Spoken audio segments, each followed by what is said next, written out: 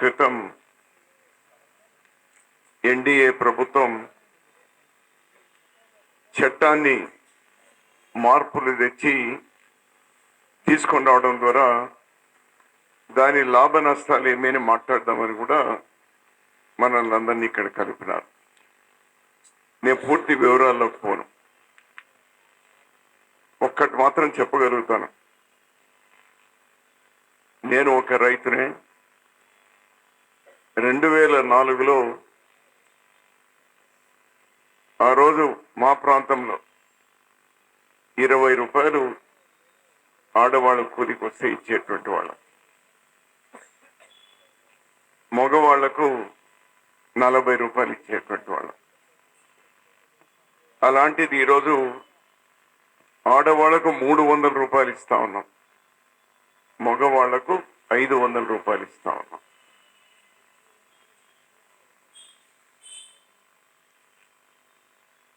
ఈరోజు ప్రభుత్వ ఆఫీసులో పనిచేసేటువంటి ఆడ కానీ మగ కానీ సమానమైనటువంటి వేతనాలు గ్రామీణ ప్రాంతాల్లో అనాదిగా వస్తూ ఉంది. ఈనాటికి కాదు, అనాదిగా వస్తూ ఉంది. ఆడవాళ్ళకి తక్కువ, మగవాళ్ళకి ఎక్కువ. కానీ ఎవరు ఊహించినటువంటి ఒక మేలు ఆ చట్టం ద్వారా జరిగింది. ఆడ మగకు సమానమైనటువంటి వేతనం. వాళ్ళ బార్గెన్ కూడా పెరిగింది. ఈరోజు ఏదో భూమి లేని కూలీలే కాదు సుమా, భూమి ఉన్నటువంటి వాళ్ళు కూడా ఆ జాబ్ కార్డ్స్ తీసుకున్నారు, పనిచేస్తున్నారు. కేవలం చదువు లేని వాళ్ళే కాదు, యూనివర్సిటీలో చదువుతున్నటువంటి పిల్లలు కూడా ఉపాధి హామీ పని చేస్తూ 4 రూపాయలు సంపాదించుకొని చేతి వృత్తుల వాళ్ళకు కూడా అందరూ కూడా ఇది ఉపయుక్తంగా ఉంది. ఆనాటికి ఈనాటికి నేను గ్రామంలోనే ఉండేటువంటి వాడిని. మంత్రిగా ఉన్నా కూడా ఎప్పుడైనా అర్ధరాత్రి అయినా ఊర్లోనే పడుకొని పొద్దున్నే లేచి పొలాలు చూసేటువంటి వాడిని. నా వృత్తి అది, నా ఊపిరి అది. నాకు బాగా తెలుసు. ఆనాటికి ఈనాటికి ఈ 20 సంవత్సరాల్లో అనూహ్యమైనటువంటి మార్పులు వచ్చినాయి గ్రామీణ పేద కుటుంబాల్లో. దానికి ఇది ఒక ప్రధానమైనటువంటి. వాళ్ళు ఏమి అడగడం లేదు, ఉచితంగా ఏం అడగడం లేదు. మేము పని చేస్తాము, ఇది నా హక్కు, నాకు డబ్బు ఇవ్వండి అనేటువంటిది. చాలా అభివృద్ధి కూడా జరిగింది. ఈరోజు ఏదైనా 4 సీసీ రోడ్లు వేస్తున్నారంటే కేవలం ఈ మన్రేగా నుంచినే. ఆ డబ్బులు లేకపోతే సీసీ రోడ్లు పడవు.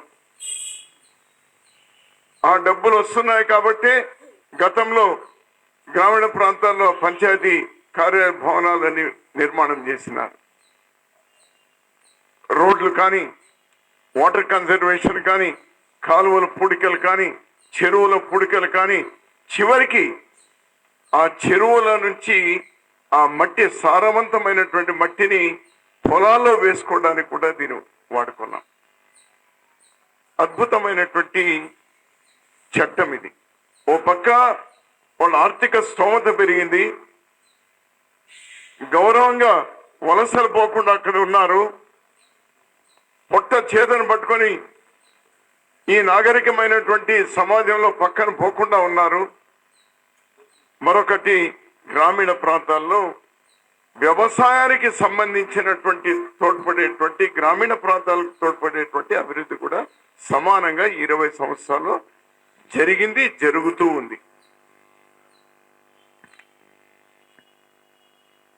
ఇప్పుడు కొత్త చట్టం కాదు, చట్టంలో మార్పులు. రాజ్యాంగాన్ని 100 పైబడి సందర్భాల్లో మనం అమెండ్ చేసుకున్నాం, తప్పులేదు. 20 సంవత్సరాల కింద తెచ్చిన చట్టం అలానే ఉండాలి అని మూర్ఖంగా ఎవరు వాదించరు సుమా. దాన్ని ఏ విధంగా మెరుగుపరుచుకోవాలి అనేటువంటి దానిలో ఉండాలి, అడుగు ముందుకు వేయాలి. ఇంకా ఆ పేదలకు, ఆ గ్రామాల్లో ఉండేటువంటి వాళ్ళకి ఇంకా ఏ విధంగా వాళ్ళ ఆర్థిక స్థితి పెరుగుతుంది, వాళ్ళ గౌరవం పెరుగుతుంది, ఆ కుటుంబాలకు భద్రత కలుగుతుంది, ఇంకా ఏ విధంగా ఇంకా అభివృద్ధి చేయగలుగుతాం, గతం కంటే ఇంకా ఏ విధంగా డబ్బు దీనికి పంప్ చేయగలుగుతాం అనేటువంటి. ఈరోజు అన్ని రాజకీయ పార్టీలు పోటీ పడుతూ ఉన్నాయి. వాళ్ళు వీళ్ళనే కదా, అందరూ అన్ని పార్టీలు కాంగ్రెస్ తో సహా, నేను కాంగ్రెస్ వాడు అయి చెప్తా ఉన్నాను, కాంగ్రెస్ తో సహా అందరూ పోటీలు పడుతూ ఉన్నారు. ఎలక్షన్లప్పుడు ఓట్లు సంపాదించుకోవడానికి ఏ ఉచిత హామీలు ఇవ్వాలి అని. దీనిలో ఏమడుగుతా ఉన్నాడు గ్రామీణ ప్రాంతంలో పేదవాడు? అరే నేను పని చేస్తాను రా బాబు, నేను చేసే దానికి కూలి ఇవ్వండి అంటా ఉన్నారు. ఈరోజు ఈ చట్టాన్ని మార్పు చేస్తున్నారు.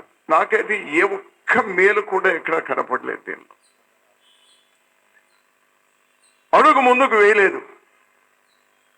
దీనికి ఎప్పుడు బీజం పడ్డది అంటే నిర్వీర్యం చేయడానికి 2014లో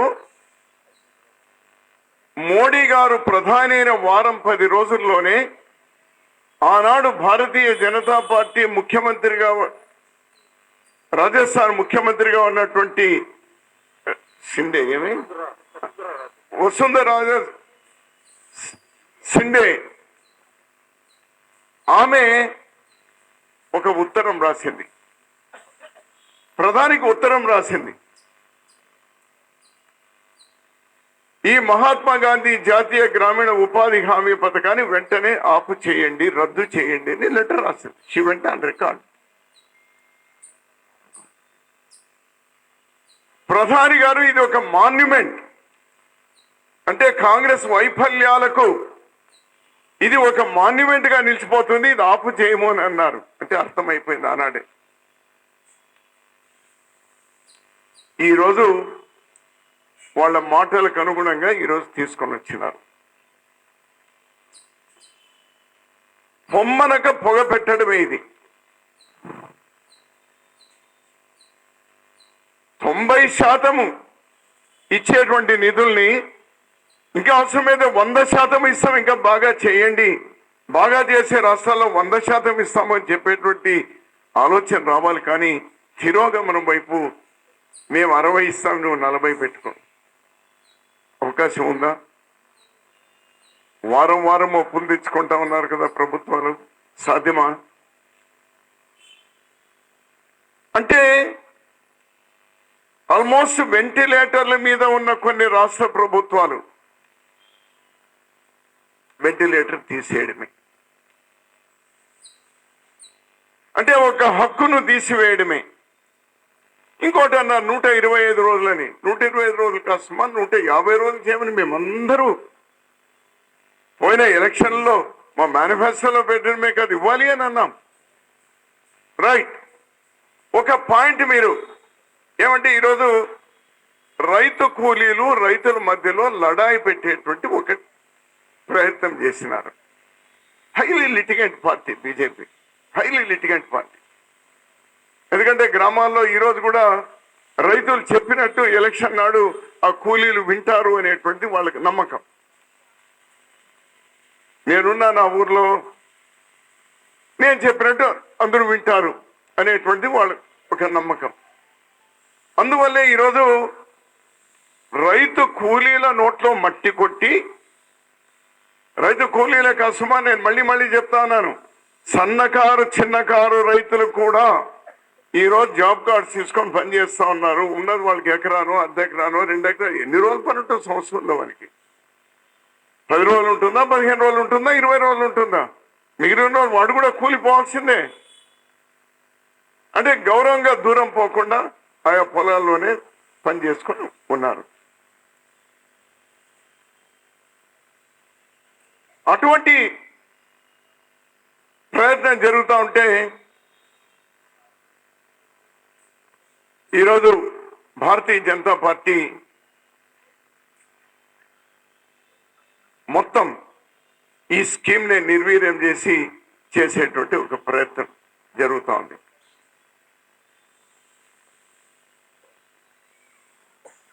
వాళ్ళు ఏమంటున్నారు, 60 రోజులు వ్యవసాయ పనులు ఉన్నప్పుడు దీన్ని ఆపేస్తాము అని అంటా ఉన్నారు. ఈవెన్ అదర్వైజ్ నేను మంత్రిగా ఉన్నాను. నేను 10 సంవత్సరాలు 8 సంవత్సరాలు ఈ చట్టం అమల్లో ఉన్నప్పుడు మంత్రిగా ఉన్నాం. ఆ రోజు మేమేమి చెప్పినామంటే అధికారులకు, ఆయా పంచాయతీల్లో ఆయా ప్రాంతాల్లో season it is not similar. అనంతపూర్లో ఉండే సీజన్ ఇక్కడ కూడా ఉండాల్సిన అవసరం లేదు. ఈ ఊర్లో ఉండాల్సిన పక్క ఊర్లో ఉండాల్సినటువంటి అవసరం లేదు. ఒక్కో రకంగా ఉంటుంది. నాట్లు వేసేటప్పుడు కానీ కోతల సమయంలో కానీ ఈ పనిని మీరు ఆపండి అని మేము చెప్పినాం. తప్పులేదు దాంట్లో. కానీ ఈరోజు మీరు చేస్తుంది ఏమేంటాను, అది ఒక బిస్కెట్ మాదిరి రైతులకు వేసి ఇదేదో గొప్పగా చేస్తున్నారని. అది కాదు మేము అడుగుతా ఉంది. అది కాదు రైతులు కొడతా ఉంది. నేను రైతుని, రైతుగా మేము కోరుతుంది అది కాదు. ఆ రోజు మేము ప్రభుత్వంలో ఉన్నప్పుడే వ్యవసాయానికి అనుసంధానం చేసినాం. చేయక కాదు, పరిమితుల్లో హార్టికల్చర్ చేసినాం. పేదవాళ్ళు కూడా తోటలు పెంచుకోవడానికి చేసినాం. ఆ రోజు అనుసంధానం చేసినాం, చేయక కాదు. కానీ ఈ సీజనల్ ఏదైతే ఉందో, అటు కూలీకు బార్గెనింగ్ కెపాసిటీ తగ్గకుండా, రైతుకు కూడా ఇబ్బంది కాకుండా ఏం చేయాలి? మెడ మీద తలకాయ ఉన్నటువంటి వాడు ఎవడైనా ప్రభుత్వం నడిపితే ఏం చేయాలి? వాడు రైతులకు కూడా మేలు జరగాలి. ఎస్, ప్రభుత్వం తరఫున చేసేటువంటి పనులు ఆపేస్తాం. ఫైన్, మంచిది. రైతుకి ఏం ఉపయోగం ఉంటాను నేను? రైతుకి ఎప్పుడు ఉపయోగం వస్తుంది? కూలీకి కూడా ఎప్పుడు ఉపయోగం వస్తుంది?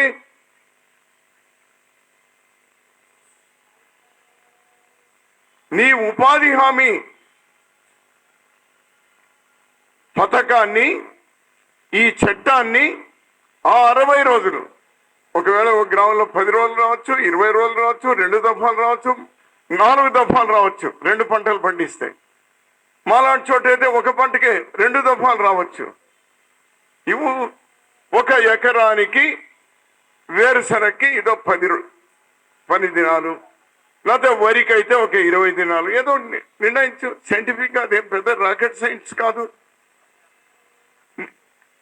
రైతున్నాడు, చెప్పు రైతుకు, అయ్యా 10 రోజులు 10 దినాలు, 5 పని దినాలు నేను ఇస్తాను, ప్రభుత్వం ఇస్తాం, మిగిలింది నువ్వు 5 దినాలు తెచ్చుకో, అంతే, సమానమైన వేతనం ఇవ్వు అని చెప్పు. అటువంటి మేలైనటువంటి ప్రోగ్రెసివ్ ఆలోచనలు రావాలి. కానీ ఈరోజు ఇద్దరికి కూడా రైతులకు ఏదో మేలు చేశాము అని చెప్పేటువంటి ప్రయత్నం జరుగుతుంది. రైతులు ఎవరు మోసపోవద్దు. ఇది రైతులు వంచడమే. కూలీలు లేకపోతే రైతులు లేదు, రైతులు లేకపోతే కూలీలు లేరు. అంతా కలిసి మన తాతలు ముత్తాతలు వ్యవసాయం అనేటువంటిది ఈ భూమి మీద వచ్చినప్పటి నుంచి మనమందరూ కలిసిపోయేటువంటి వాళ్ళం. వీళ్ళు విభజించేటువంటి ప్రయత్నం జరుగుతూ ఉంది. దానికి ఈళ్ళు కావద్దు అనేటువంటి కూడా చెప్తూ, చివరిగా ఈరోజు సమాలోచన అంతా కూడా ఎక్కువ అనేకమైనటువంటి విషయాల్లో పోకుండా, సమాలోచన దాని మేళ్ళు ఏమనేది మనం మాట్లాడడం కంటే, ఇన్ని రోజులు ఈ 18 సంవత్సరాలుగా, ఈ 20 సంవత్సరాలుగా పనిచేస్తున్నటువంటి వాళ్ళతో మాట్లాడించారు. వాళ్ళ దగ్గర పోవాలి. మనం ఎవరు పోయి ఉపాధి పని చేసిన వాళ్ళం కాదు. అంటే వాళ్ళ మేలు కోరినటువంటి వాళ్ళము, వాళ్ళ మేలుని మనం ప్రత్యక్షంగా చూస్తూ ఉన్నటువంటి వాళ్ళం. అలానే దీని ద్వారా, కొత్త చట్టం ద్వారా వచ్చేటువంటి నష్టాలు ఏమి అనేటువంటివి, ఏ విధమైనటువంటి ఇబ్బందులు తెస్తారు అనేటువంటివి తప్పకుండా చెప్పాలి. దీనిలో నిన్న నేను ఢిల్లీలో ఉన్నప్పుడు నాకు వచ్చినటువంటి 2 ఏమంటే, ఒకటి దీనిలో అవినీతి జరుగుతూ ఉంది అనేటువంటి ఒకటి వాళ్ళ బుర్రలో పడిందట బీజేపీ వాళ్ళు. నాకు అర్థం కాని మాట, ఇన్ని కోట్ల మంది 12 కోట్ల మంది సబ్జెక్టివ్ కరెక్షన్ దేశంలో 12 కోట్ల మందికి చేస్తున్నటువంటి దానిలో మళ్ళీ ఒకటో రెండో అవతప్పులు జరగదని కాదు. అందువల్ల ఎలక ఇంట్లో ఉందని అగ్గిపెట్టేస్తావా, ఇంటికి అగ్గిపెడతావా? దాన్ని ఏదైనా ఉంటే చేసే ప్రయత్నం చేయి. ఇంకోటంట రెండవది, ఆంధ్రప్రదేశ్ కానీ తెలంగాణ కానీ లేకపోతే మన దక్షిణ భారతదేశంలో దీన్ని ఎక్కువ వాడుతూ ఉన్నామట. హిందీ రాష్ట్రాల్లో తక్కువగా వాడుతూ ఉన్నారంట ఇది. సో అందువల్ల ఈ నిధులన్నీ ఒకే చోటుకు పోతున్నాయి, అభివృద్ధి చెందిన చోటుకే పోతా ఉన్నాయి అనేటువంటిది ఒక విన్న మాట. నేను బహుశా ఇవన్నీ చూస్తూ ఉంటే అది నిజమేమో అని కూడా అనిపిస్తా ఉంది. సో మనమందరం కూడా ఈరోజు కాంగ్రెస్ పార్టీ చాలా గట్టిగా ఏ విధంగా అయితే రైతు నల్ల చట్టాలని వెనక్కి తీసుకునేంత వరకు రైతు సంఘాలు, రైతు ఉద్యమ నాయకులు, వామపక్షాలు అందరూ కలిసి పోరాటం చేసి సాధించినాము. ఈరోజు ఏదో ఎవరో క్రెడిట్ తీసుకోవడానికి చేసే పని కాదు ఇది. వాళ్ళ హక్కును మళ్ళీ మనం వాళ్ళ హక్కును వాళ్ళ చేతిలో, పేదవాడి చేతిలో పెట్టేటువంటి ప్రయత్నం అందరూ కలిసి చేద్దాం. కాంగ్రెస్ పార్టీ నిన్నటి రోజు సిడబ్ల్యూసీలో కూడా చాలా గట్టి నిర్ణయం తీసుకోవడం జరిగింది. వాళ్ళు వెనక్కి తీసుకునేంత వరకు ఈ రైతు నోట్లో మట్టి కొట్టేటువంటి ఈ మార్పులు ఏవైతే ఉన్నాయో వాటన్నిటి కూడా ఉపసంహరించుకోవాలి. మేలైనటువంటి చట్టం తీసుకొని రావడానికి చర్చలు చెప్తారో జరపండి. We are open to that. ఏదో మూర్ఖంగా అదేదో రివైవ్ చేయండి అని చెప్పుకూర్చొని దాంట్లో ఇంకా ఏం మేలు చేద్దాం మాట్లాడండి. ఆ రోజు దాదాపు సంవత్సరం చర్చించి ఈ చట్టాన్ని తీసుకొచ్చింది. ఏదో సోనియా గాంధీ వచ్చింది, చూసింది, మాట ఇచ్చింది, లేకపోతే వామపక్షాలు డిమాండ్ చేశారు, లేకపోతే ఏదో కామన్ మినిమం ప్రోగ్రాంలో పెట్టాము, అయిపోయిందని కాదు.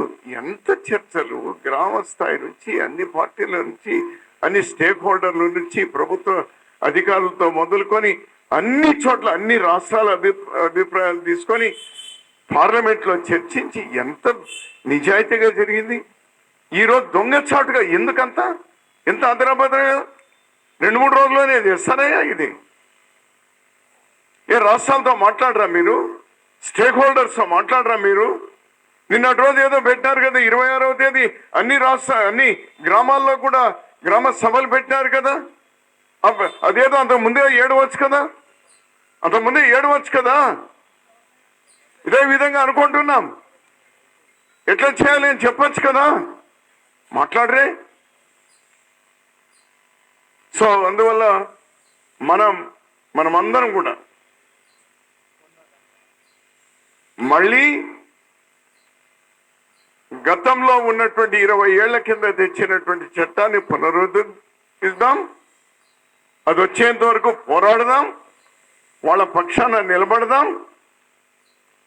దానికంటే ఇంకా మేలైనటువంటి తీసుకొని రావడానికి ప్రభుత్వానికి కూడా సహకరిద్దాం. No problem. We are not against government. మేము పేదలకు అన్యాయం జరుగుతుంది కాబట్టి దీన్ని ఇంత తీవ్రంగా తీసుకోవాల్సినటువంటి అవసరం వచ్చింది అనేటువంటి కూడా చెప్తూ, ఈ ఫిబ్రవరి 2వ తేదీకి 20 సంవత్సరాలు పూర్తి అవుతుంది. నేను రుద్రరాజు గారు సిడబ్ల్యూసీలో రిక్వెస్ట్ చేసినాం, రాజుగారు కూడా ఉన్నారు. ఏమంటే అక్కడనే ప్రారంభమైంది బండ్లపల్లి గ్రామంలో, అనంతపురం జిల్లాలో 10 సంవత్సరాల సెలబ్రేషన్ మేము ప్రభుత్వంలో లేకుండా 2016లో చాలా పెద్ద ఎత్తున సెలబ్రేట్ చేసుకున్నాం.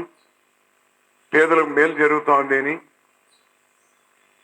మళ్ళీ 20 సంవత్సరాలు పూర్తి అవుతున్న సందర్భంలో బాధాకరమైనటువంటి రీతిలో మళ్ళీ వాళ్లకు ఆ గుండె ధైర్యాన్ని, మేమున్నాం, మీకోసం మేము పోరాడతాం, అని అక్కడి నుంచి ఒక ధైర్యాన్ని ఇచ్చేటువంటి ఒక ప్రయత్నం కూడా అక్కడి నుంచి జరగాలి అని రిక్వెస్ట్ చేస్తే ఇన్ ప్రిన్సిపల్ పార్టీ ఒప్పుకున్నారు. త్వరలోనే వాళ్ళు కూడా ఒక కార్యాచరణ ఇస్తున్నారు. ఆ ఒక్క సభతోనే ఇదేం పూర్తి కాదు. అన్ని చోట్ల జాబ్ కార్డ్స్ ఎవరైతే ఉన్నారో మాకంటే, I don't mind to go on record, మాకంటే అంటే మాకున్నటువంటి బలాలు ఉన్నాయి, మాకున్న బలహీనతలు ఉన్నాయి. కానీ కమ్యూనిస్టులకు మీకు ఈ దీనిలో ఎక్కువ చొరవ ఉంది. ఈ జాబ్ కార్డ్స్ ఉన్నటువంటి ప్రతి ఒక్కరికి కూడా ఈ మంచేమి చెడేమి అనేటువంటిది వెళ్ళాలి. సో వాళ్ళతో మీరు అనునిత్యం మేమేమంటే మేమంతా రూలింగ్ పార్టీ అంతే. మీరు అట్లా కాదు. మీరు వాళ్ళ కోసం నిరంతరం ఎవరు ప్రభుత్వాల్లో ఉన్నా కూడా మీరు వాళ్ళ కోసం పోరాడుతూనే ఉంటారు. అందుకోసం ఆ జాబ్ కార్డ్స్ ఉన్న ప్రతి ఒక్కరికి కూడా ఏ విధంగా హౌ టు ఇంటరాక్ట్ దెమ్, వాళ్ళని ఏ విధంగా అప్రమత్తం చేయాలి. ఎందుకంటే ఇప్పుడు తెలియదు ఇంకా వాళ్ళకు, ఇంకా దీని షాక్ ఏమి, దీని నష్టమేమి అనేటువంటి ఇప్పుడు కాదు. ఇంకో 6 మాసాలు 3 మాసాలు 6 మాసాలు పోతే కానీ వాళ్ళకి అర్థం కాదు. ప్రభుత్వాలు ఎప్పుడైతే డబ్బులు లేకుండా ఆపేస్తుందో ఫినిష్. ఆచరణకు వస్తే కానీ ఇంకా అర్థం కాదు. సో మనం కూడా అదే ఏదో తీవ్రంగా ఈ రోజు ఏదో అయిపోతుంది అనుకోలేము. స్టేక్ హోల్డర్స్ వాళ్ళని మనం సమాయత్తం చేయాలి.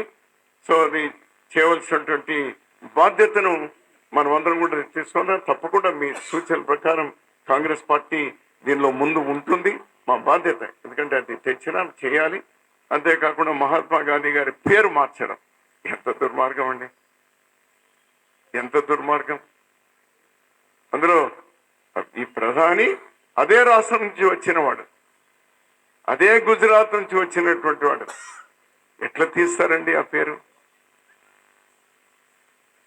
అదేదో అతను చీపుర్లు ఇచ్చినటువంటి అందరికి ఏం స్కీమ్ అది, స్వచ్ఛ భారత్కేమో గాంధీ కళ్ళ జోడని పెడుతుంది. ఈ రోజే దీనికేమో పేరునే తీసేస్తుంది.